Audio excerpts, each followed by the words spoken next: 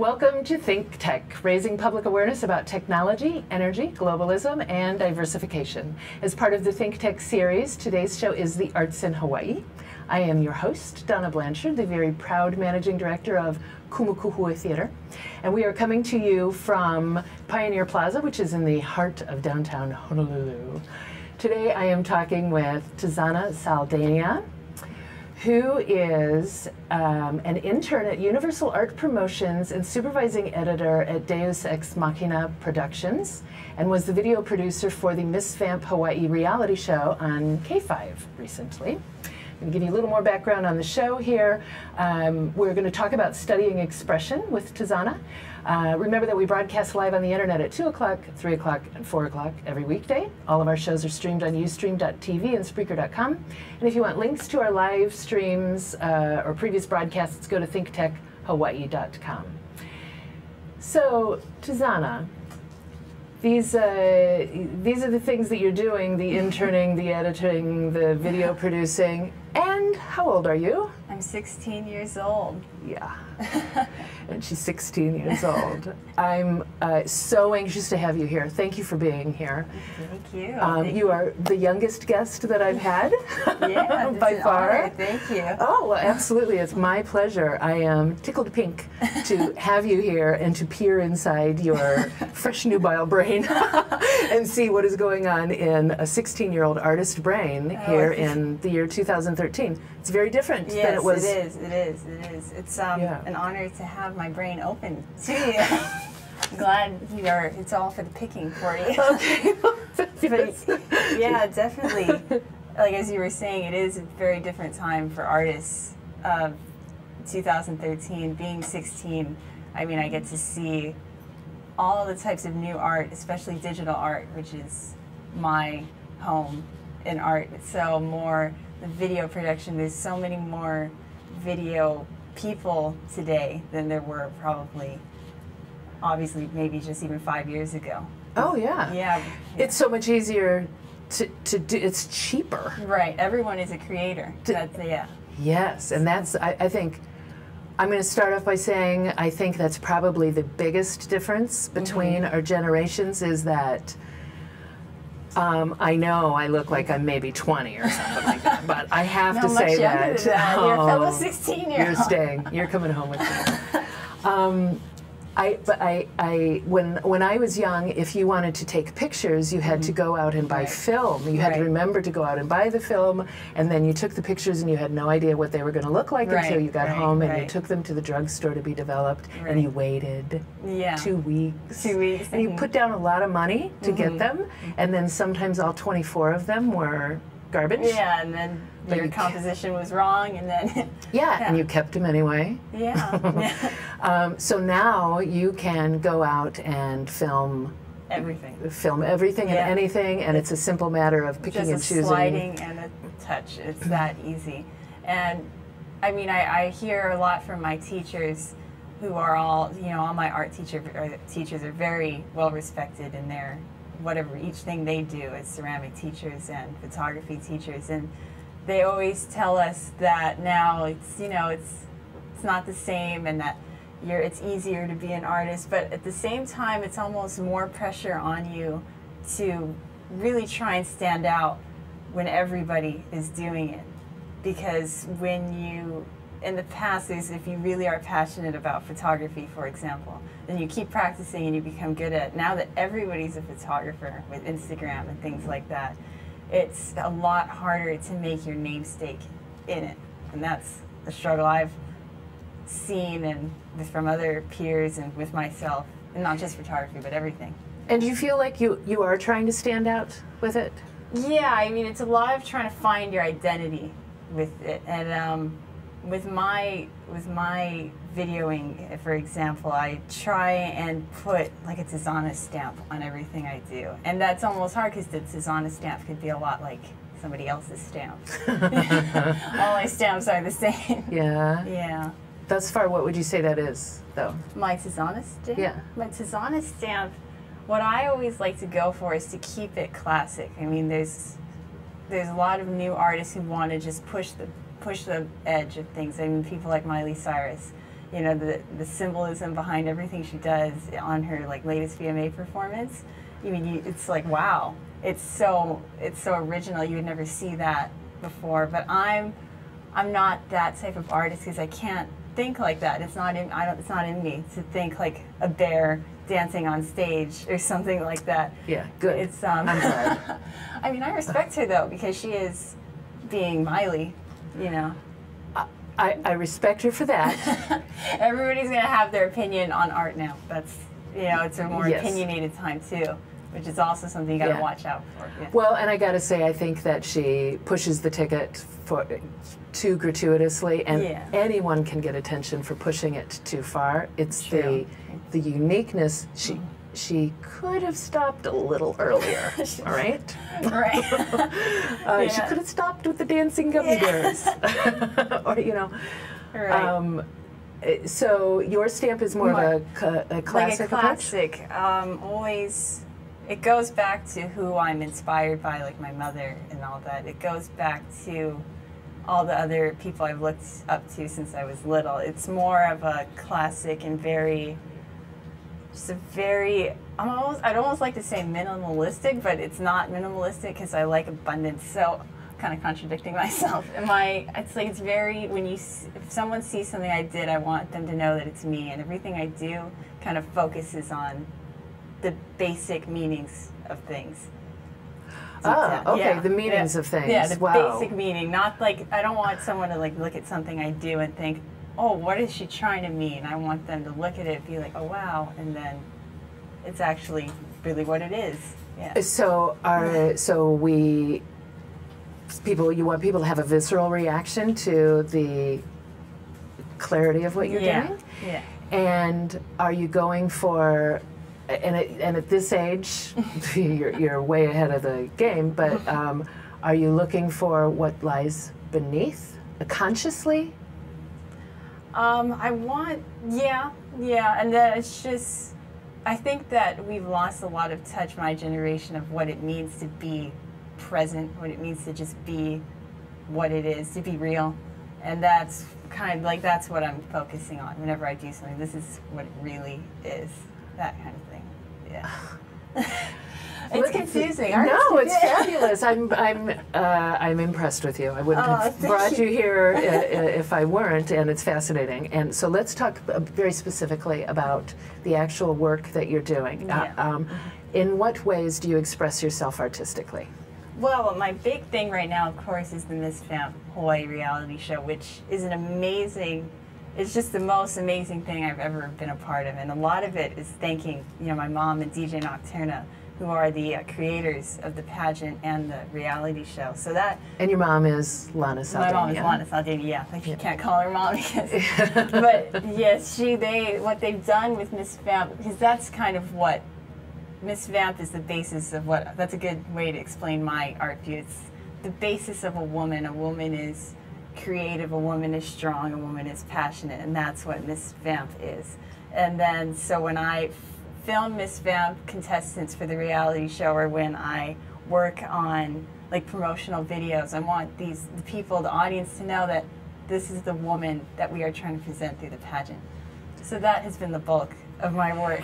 Yeah. And you were actually, so the Miss Vamp Hawaii reality show was on K5.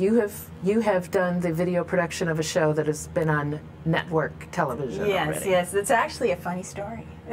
Well, I would like to hear it. It is a very funny story. Let me try and make it the shortest way I can. We originally had a filmer to my mom. Donna Saldania and DJ Nocturna had hired a filmer and an editor and a person responsible for getting the show on air, go through closed captioning and all that. And through the months of production, we had all believed that he's doing it, what he's meant to do. And then the week comes of the premiere, the first episode this Saturday, there's the huge star appetizer thing on the front page, and everybody's just like, okay. And then the guy is like, oh yeah, I didn't send it I'm having trouble getting it on air. So the question of an air date for the Miss Vamp Hawaii reality show was in the air. We had no clue if it was even going to go on. And thank God he makes it, he gets it on air. And after that first episode airs, he calls us he calls Nocturna first, and he's like, yeah, you know, I can't do this anymore. And then we're just like, because now we have no editor. It's really just Tzana Saldania and DJ Nocturna, and then they don't have an editor. And I was just like, well, you know, I've been editing since in middle school. I make these little YouTube videos. I've made over like 60 of them. I'm like, I can do it. Why not? And then that's how I became the editor for that show. And he had finished no episodes. So each episode of the Miss Vamp Hawaii reality show was made the week prior, within 5 days. Oh, wow. And we have to get it to California the day after. It was traumatic. It was kind of like, it's in your face. But it's kind of amazing what we can all do with hard deadlines like that, especially when you're working within your passion. Right. And I taught my mom and Nocturna, Donna Saldania. That's okay, you can call her mom. I taught my mom and DJ Nocturna how to edit, because the week, I think 2 weeks after when I started taking over, I started school. I became a junior, my first year as a junior, so I let them, you know, try and take the wheel of editing. I'm like, so this is how you do it, this is how you cut. And then that's how I got the role supervising editor too, because at the end of the week or when I came back from school, I would check their work like a teacher and then just clean it up and then be responsible for getting it in hard drives and taking it. And then, so the transfer of getting it to California, Aberdeen closed captioning, which was a huge help. My God, and then getting it then to K5, and then it's complicated. How many episodes? 13. 13. Mm-hmm. Which is repeating right now. The first season is repeating right now every Saturday night. Saturday night on K5 at 10:30. Yeah. And your episodes are all available online also? Yeah, they are on YouTube. DJ Nocturna. DJ Nocturna's YouTube channel. If you just even search Miss Vamp Hawaii, you'll find all the episodes. If you search Miss Vamp Hawaii, the reality show, you'll find all the episodes. And then my YouTube channel is along in that search with all the promotional videos I've made on the side. Yeah. So when you're editing, when you are you have raw footage and you're editing it, what is going through your mind? You have a goal of what? Oh God, that's a very good question. Thank you. That's why I'm here. That's a very good question. Because the I mean, when you think of editors, they're kind of like that secret part of filmmaking and television shows. But they're very powerful. Yes, they are very powerful. That's why I like it. No, the editors are that secret thing. Is everybody knows the director, everybody knows the producer, everybody knows the actors, of course. The editors are just like, if we weren't here, you wouldn't have a show or a movie or a commercial. So an editor's mentality is it's a very special mentality that not many people have. Not like I'm tooting my own horn, but it's a mentality that not many people have, and I'm very lucky that I have it. And I really saw it in my mother when she started learning. She really has that mentality, because you have to have rhythm. But back to your question, I went off there on that. Yeah, but when you're editing, it's kind of, I always see it as the heart and soul of a production, because it's creating that emotional transition, creating the emotional cut, creating the suspenseful play of the. It's a lot of this. It's a lot of hand motions. But when I want my end product to be something you don't want to look away from. I mean, no matter what I'm doing, if it's like a music video or just like the reality show, I want it to be something that is enthralling to a viewer. Yeah. And do you ever feel like Stephen King said that you need to be able to kill your darlings, meaning you're writing and you have your manuscript's this long and it needs to be this long. You can't fall in love with anything in there. No, you can't. The thing is, I think what a lot of the problem is with people who try to edit, that people who maybe aren't editors and then they like pick it up like as a hobby and it's not really in them. It's like they want to put every detail in. That's how most people are. But with editing, you kind of got to be a ruthless person. Like if someone's talking, you're just like, you don't need that. Cut that off. Like if someone's finishing their sentence, like the end of your sentence didn't make sense, I got to cut it off. Yeah. So even if, because a lot of the footage toward the ending of Miss Vamp Hawaii reality show was made by me too. So I filmed some of it, and then I'm like, I like my pan there, but I have to cut it because it doesn't fit. You got to fit in time. Yeah. So it's a very powerful position, but Yeah. it's also has a great deal of responsibility. Oh yeah, with great power comes great responsibility. Indeed. Yes. We're going to go to a break. Okay. We'll be right back. This is the Arts in Hawaii on the ThinkTech Hawaii digital series. I am Donna Blanchard talking with Tzana Saldania. Right back. Aloha, I'm Jay Fidel for ThinkTech. For nearly half a century, the Hawaiian Foreign Trade Zone, number 9, has brought the benefits of the Foreign Trade Zone program to Hawaii businesses and entrepreneurs. DBED, the Hawaii Department of Business, Economic Development and Tourism, operates Hawaii's Foreign Trade Zone program. It does so to encourage international business and economic development. The Foreign Trade Zone mission is to increase the amount of international trading activity in Hawaii, thereby providing employment opportunities for the residents of our island state. For more information, see ftz9.org. I'm Jay Fidel of ThinkTech. Mahalo. Hi, we're back and we're live. This is the Arts in Hawaii on the ThinkTech Hawaii series, and we are in Pioneer Plaza in the heart of downtown Honolulu.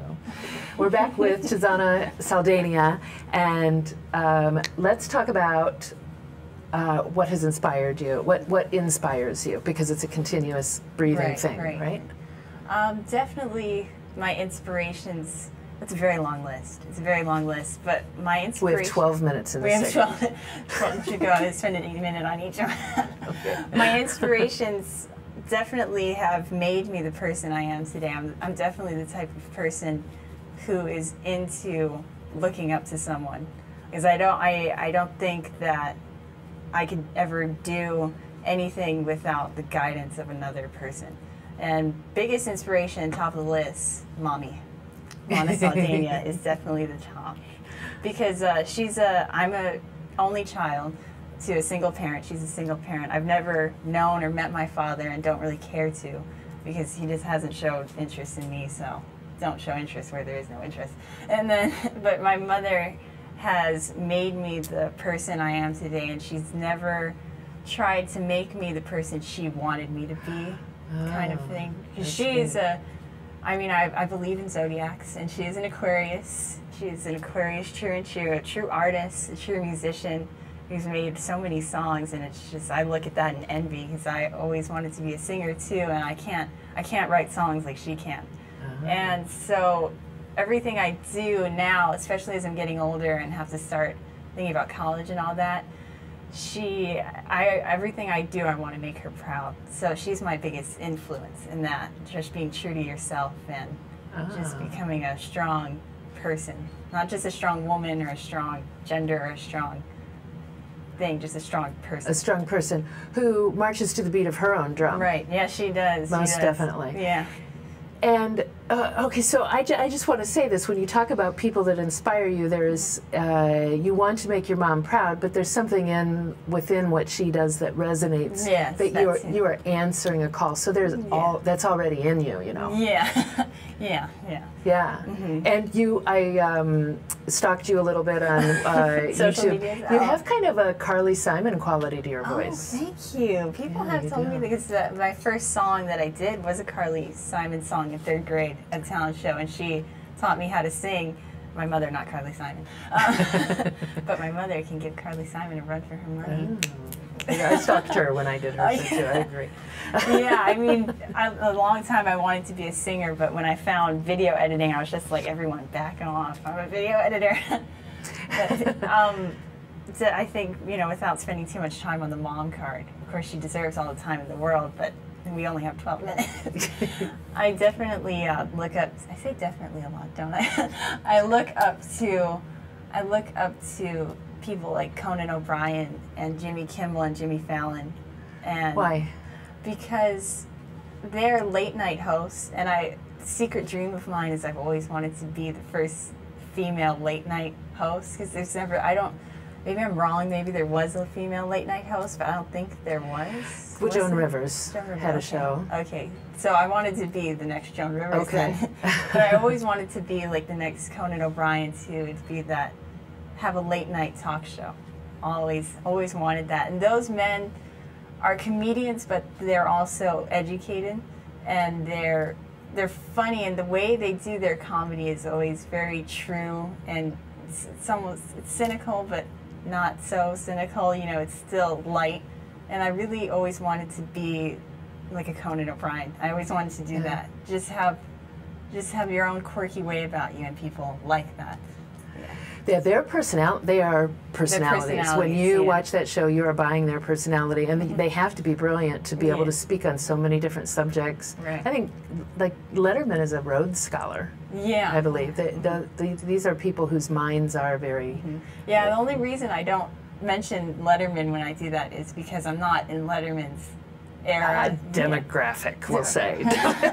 No, I mean, he's great. I've watched him. It's just I grew up watching Conan at night. Like, going to sleep, my mom would have him on, and I'd just be like, I want to be that guy with the flippy hair.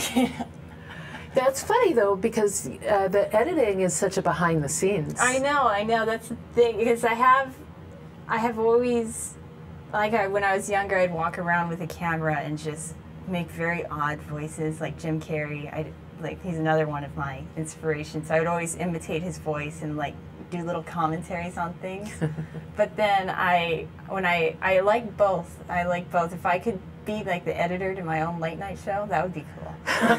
Because, like I said, editing is the heart. The way something is edited is really the content of the show. So I think to be an editor, like how we were talking about earlier, you have to have a personality too. So, the personality of the editor always does come through. I think that was a big wake-up call for me the first time I worked on a small project film. That we had filmed for most of a year.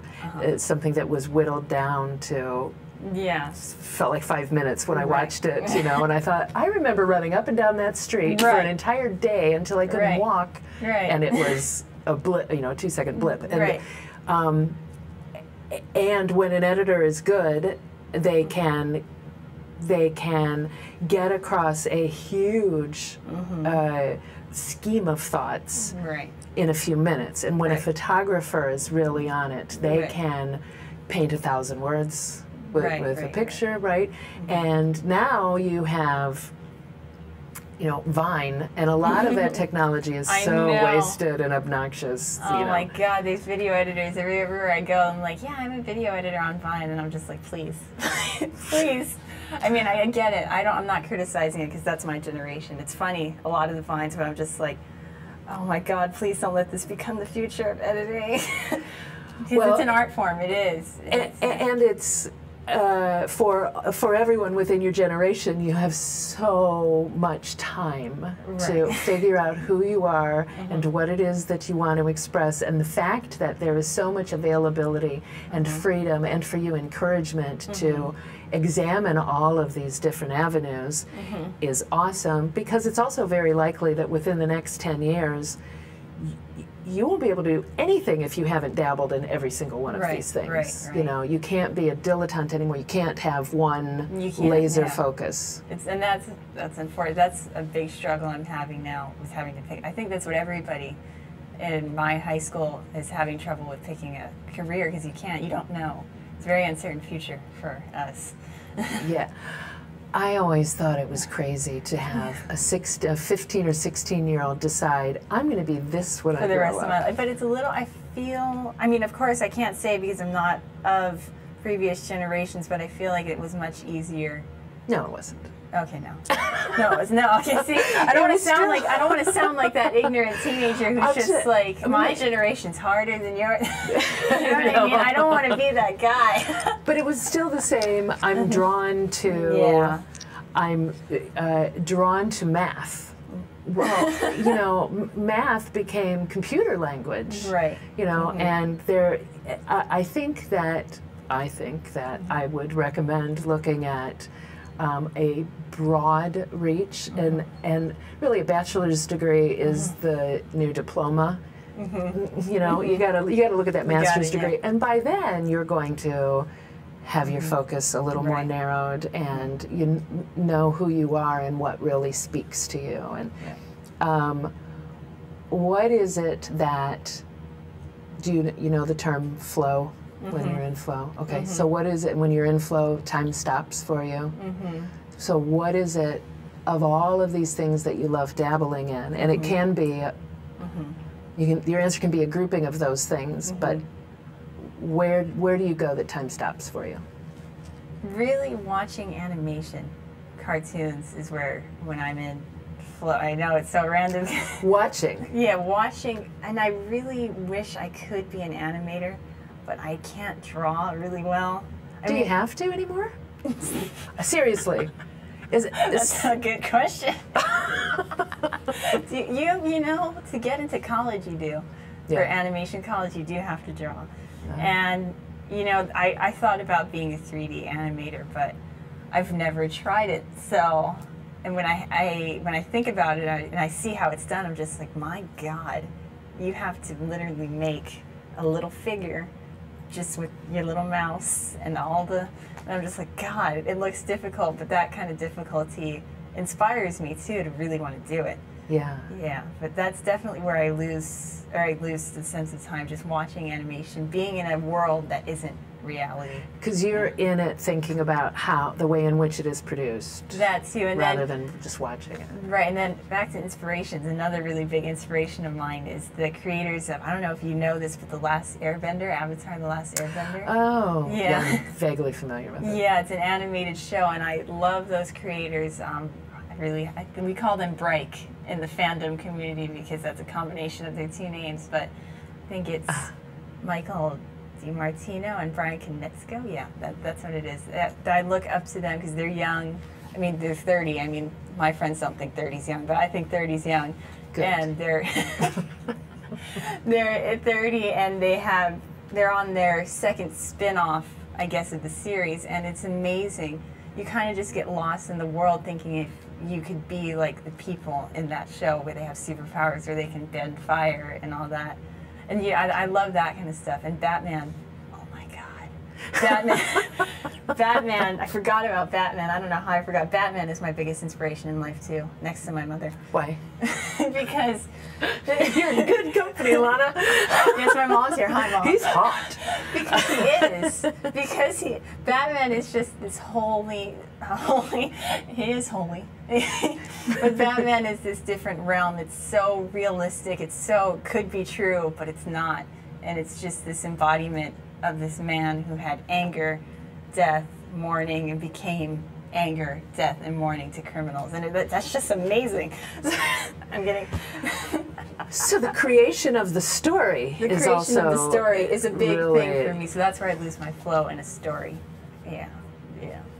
Well, I'm like there's some writing you should be examining. I mean, also. I wanted to be a writer too, but then I thought, I don't know if a writer is a good if there's a good future in writing, because what my schools, or what they kind of tell us now, is to just go for science and engineering on all that, and I'm just like, no, that's interesting, but you know. What school do you go to? I go to Kalani High School, which is a great high school. I'm not dissing you guys, but it's you know, it's a high school that's very high school, and there's so many people. It's a big high school, and it's just there's not a lot of catering to what each student would want. They're just kind of telling you like, go get a degree and be something, and I'm sure it was like that in other eras too, yes. But it's kind of, for me, I don't know what I want to do. I don't feel like getting a degree in just something I'm not passionate about, like a liberal art, just a basic degree, where a lot of people I know are just going to go. I don't feel like that is going to help. I know it would help me, but it's hard.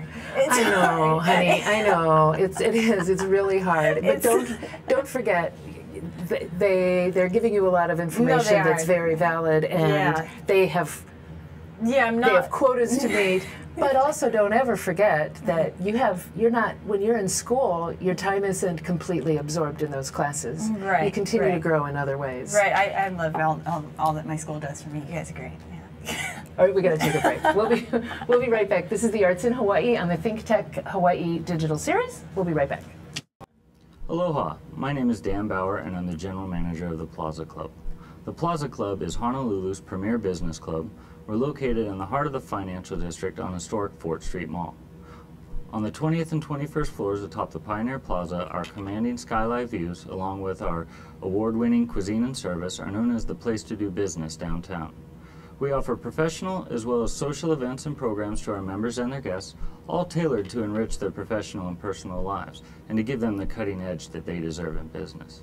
Why don't you consider becoming a member of the club? Call me at 531-7788 or come see me and let's talk business and how the Plaza Club can work for you. Again, my name is Dan Bauer. I'm the general manager of the club, and I'm here for you. Hi, this is the Arts in Hawaii on the ThinkTech digital series. We actually have a studio audience today. This is really fabulous. I'm Donna Blanchard, proud managing director of Kumu Theater, which is also in the heart of downtown Honolulu. And I am talking with Tzana Saldania, who is a young lady extraordinaire. Let's just leave it at that.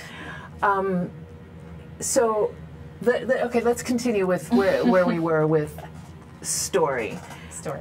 Because whether you are working in editing or animation, it is all story. Yeah. It's all about telling a story and utilizing your skills to the best of your ability to tell that story.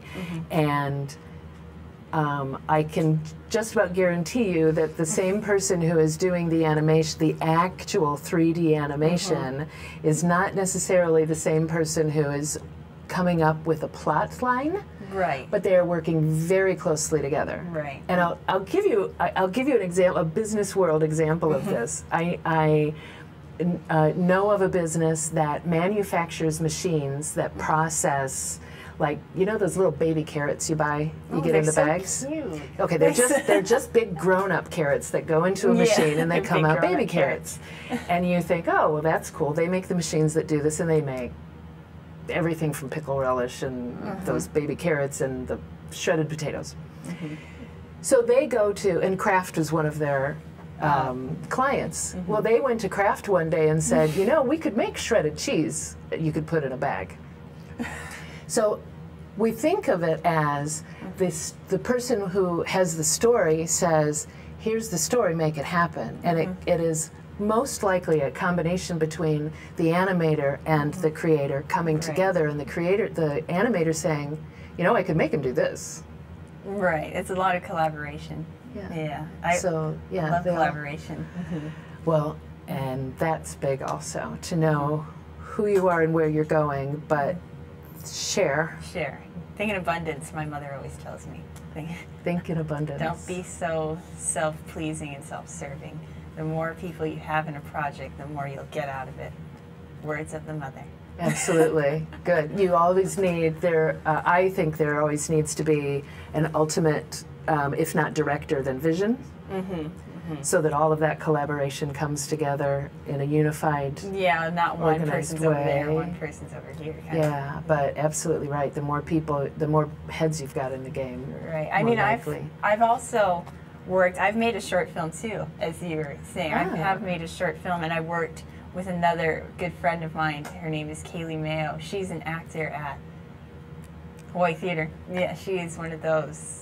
I know there's a name for those type of actors. The youth one. Yes. Yeah, she. In the youth program. Yeah, the youth program. I feel like there's a fancy name, but maybe there isn't. I'm not going to now. Okay, so we did a short film, and the type of writer I am, I'm very good at writing like essays talking about a subject in a creative way. I'm not very good at like pulling something out of my head, just like the wizard will appear and that will happen. And to be an animator, I do think you have to have a little bit of that, like the story maker of animations. I feel like you have to have that real creativity side where you can think of anything on a spree. And I have had some difficulty with that because I'm more of a, like I was saying earlier in my video, I'm more of a basic writer that kind of, this is what it is and let me show you it in a more creative way. But anyway, we made a film, and she's the type of thinker that can think like, wow, like random creativity, and I'm just like, wow, that was creative. And we did a short film called The Thing About Charlie, which is also on my YouTube channel. And that, when we finished it, it premiered at the Doris Duke Theater in the Academy of Arts. Oh, wow. So that was a big thing for us to do, because she's my age too, and it was, we had, you know, her friends as the actors. I was the camera guy, you know, at the time when, you know, doing every shot. We had no second camera, one camera through the whole movie. And I know what you mean, you run down there to get a shot and you run back, and then when you're editing, you're just like, oh, we can't use that shot. And I'm just like, yeah. Yeah, and then I edited that too, and then she also helped in certain scenes with editing, and it was really just her and I doing that, and then a lot of help from my mother, again, mommy, and then she was, you know, letting us in the house, you know, just getting us pizza, you know, because pizza is the food of creativity, and she helped us get that into the Doris Duke Theater and all that. Wow. And yeah, that's the collaboration. You didn't even tell me to say that in your intro. Oh, That's okay. a big deal. You've got so many, you forget. And okay, so when you are working with your friend on that video, how did the idea start? How did that begin? The idea started, it was her idea. It was she wanted, it's about an imaginary friend, this girl and her imaginary friend, and the parents are getting a divorce, and they're fighting, and had the effects of it on a child. And this is a good example of how I could explain my mind. She had the idea of that, and I'm just like, that is so, she's like, let's do a story about an imaginary friend who only appears to the girl, and then I'm just like, where did that come from? But then she had some trouble writing it, like breaking it down, and I helped her break it down, because I'm more of a, I don't know if pragmatic's the word, but I'm more of that basic thinker who knows how to relate things to the issues that I know. So I helped her break it down into the sense, like, it should be about the domestic, it should be about the fight. We put a fight scene in there between the parents, like in a dulled down version. But yeah, we wanted to, at the end, it was really we came across on that road together. You know, the really creative thinker and the pragmatic, I don't know, is that the right word? Yeah. Okay, and the pragmatic thinker coming down. Yeah, and I wouldn't put, again, I'm more of the pragmatic thinker myself, that you give me something and I can help you explain it and break it down. We're good at applying ourselves. And I don't necessarily feel like I'm coming up with anything new under the sun, but pulling from here and there, and then perhaps you're bringing things together in a different way. Right, yeah, there's me. Again, the fact that you recognize that in your friend and respond to it means that it is within you. Oh, yeah, well, my mom is like that, so I think it's like, I don't know, I'm finding out a lot about myself in this interview. My mom is that type of thinker where she can be like, let's go to the park and then make this, and then da-da, da-da. And then I'm just like, well, if we do it this way, it will also be like this. So, wow, Mom, we are very similar inside. So when you are, what do you, the short film that you have on your YouTube channel, right? What do you feel is the value of that YouTube channel and having those things out there? Well, majority of my YouTube channel, I should clarify, is not a lot of my own. Like, I take animation and I take the episodes and then I make music videos out of them. So I'm taking, like, The Last Airbender and Legend of Korra, which is another spin-off of that series, and I take them and I make little music videos, so animated music videos. See, I didn't come up with the idea, but I know that it looks cool to that song. But that's the majority of it, and then, of course, the short film and a lot of Miss Vamp stuff. I think the main point I always try to make in my YouTube channel is that you don't have to be just one person all the time, like one type of what you're into. I'm not just a music channel. My tastes are always changing, and it's almost like a journal, my YouTube channel. How what I'm doing is reflective on me at that time in life. So as my YouTube channel goes on, I think that I want people to know that, you know, it's just, you can just wing it in life as long as you are always putting your heart into it. And whatever you're doing it for a better you and just to express yourself. That's a great thing about YouTube too. I'm sure there's a lot of other channels like that out there where everything is going to be about them at that time. Do you ever see you're getting a bunch of hits on something you put up there and you wonder who are those people who are watching you? Oh God, I've had that, because there's an animated show called Young Justice, which is about the sidekicks to all the DC superheroes like Batman's Robin and Kid Flash from The Flash and Superboy and all that, and I love that show so much.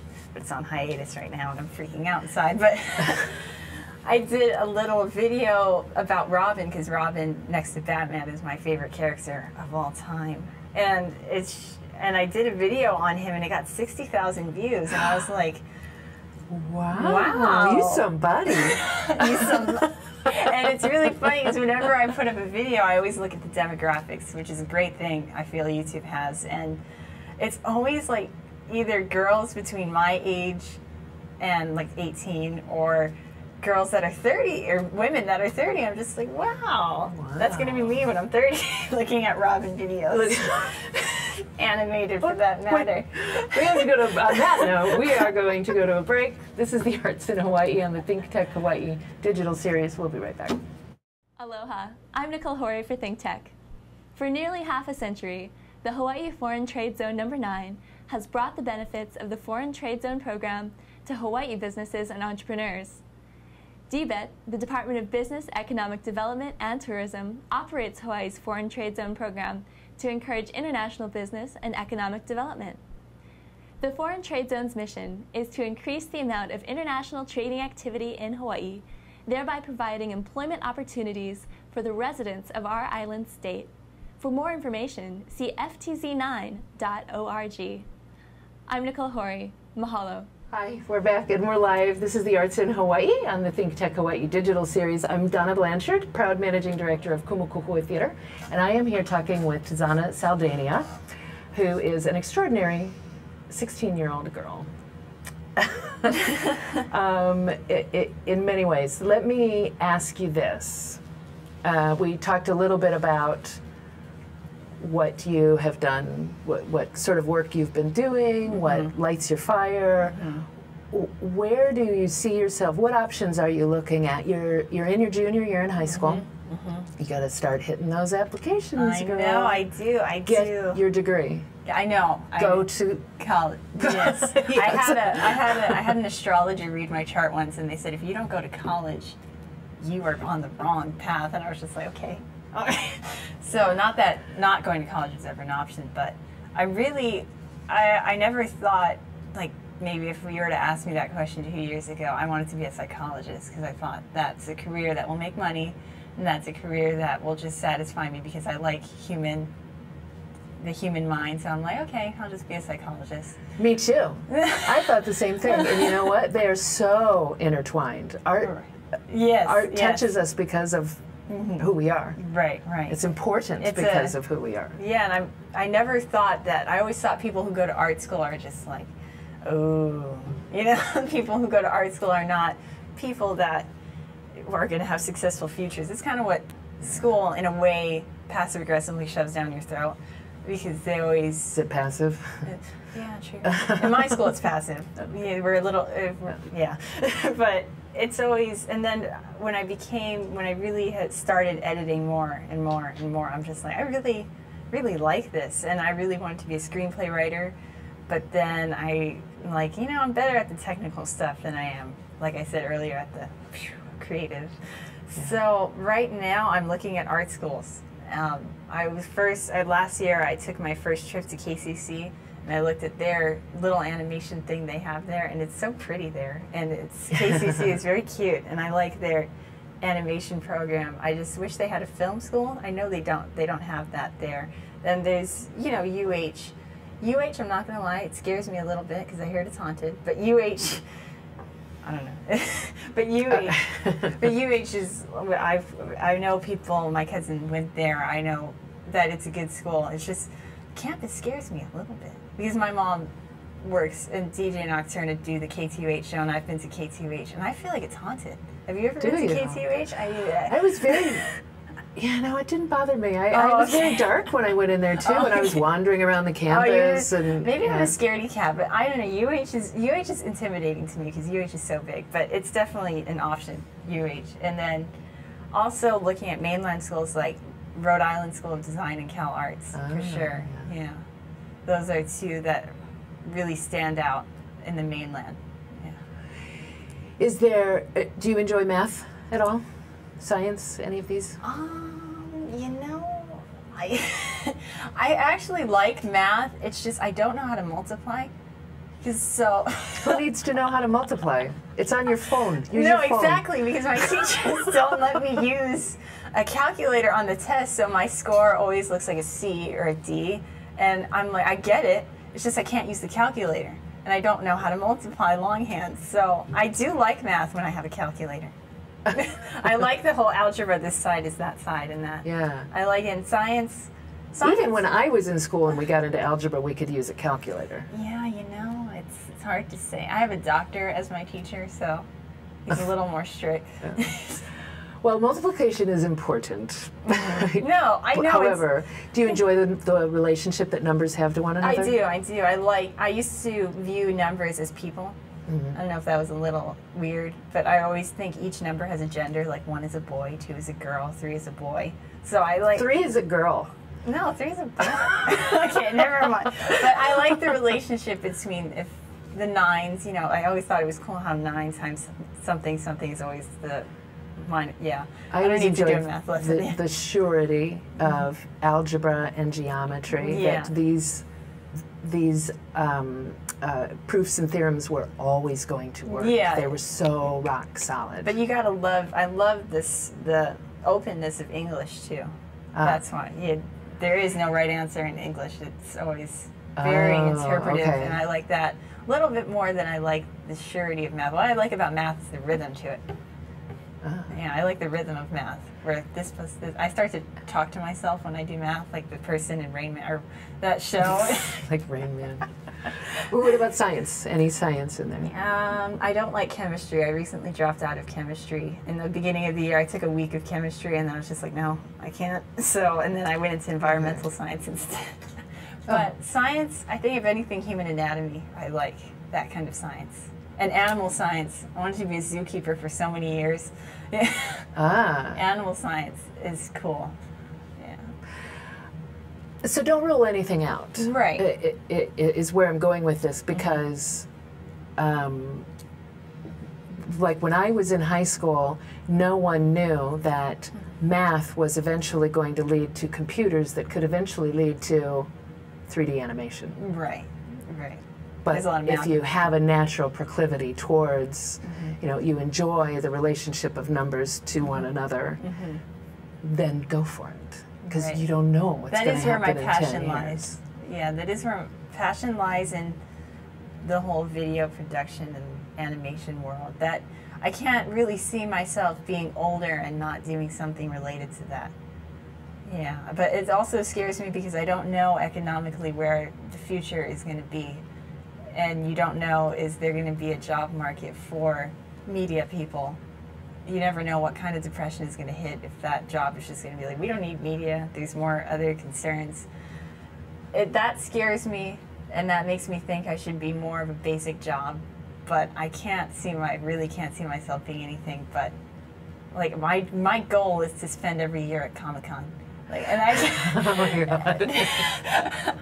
That is my goal in life. So I want to be a part of that world. Well, but you'd rather be behind the table, wouldn't you? Yeah, unless it was. Yeah, I would prefer to be behind the table, or to just be amongst the crowd, or to just. But I want to have a part in something with Comic-Con, not just a spectator. Like to have something people admire, too. Like something that I was a part of. Even if I was just like a modeler for a 3D animated figure, but people like it. That would mean the world to me. To just be a part of it. Just be a part of it, more than just an audience, just to be a part of it. So I guess it does. At first, being on the table that's not bad either. But if I'm just a part of it, like if I was a part of a Batman movie and I was just the guy that holds the light, I would be like, I was a part of that. It sounds to me like you're doing an excellent job of following every path that your passion takes you down, and then some. And yeah, I know, when I went to school to study acting, everybody in the family said, but what are you going to do for money? Right, and that's manage a theater. You know, eventually you find your way. I think another one of my favorite quotes, I kind of live by quotes sometimes. I don't know if that's a good thing or a bad thing. One of my favorite quotes is that the money will follow you and your passion. You just keep working hard and it will find you. That's an excellent quote to end our show on. Yeah. Oh, the show's over? I know, Oh my God, right? I didn't talk about Batsy enough. I would try to get back to Batman, but we were on a good path. We were so on a good path. It's been an absolute pleasure having you here. Yes, thank you. It's been an honor too. I can't wait, for the future of maybe I can't coming wait back. for your future either. I thought mine was going to be great. Look at Quick yours. shout out though, the Miss Vamp Hawaii reality show every Saturday night at 10:30 on K5. At 10:30 on K5. Yes. Miss Vamp Hawaii. Yes, check it out because it is the blood, sweat, and tears of DJ Nocturne, Donna Saldania, and Tzana Saldania. It is, and it's awesome. Well, we did a whole show about it. It's awesome. Okay, we're out of time. We have to wrap up. I'm Donna Blanchard of Kumu Kahua Theater. This is the Arts in Hawaii on the ThinkTech radio digital series. Not radio. We've been talking with Tzana Saldania. Thank you. Thank you very much for being here. Thanks to our production manager, Ian Davidson, who is in my ear, our communications director, Chrissy Goffigan, and to Jay Fidel, who somehow manages to put it all together. And thanks to you for listening and watching. To check out our previous broadcasts on YouTube, go to thinktechhawaii.com, and please like us on Facebook.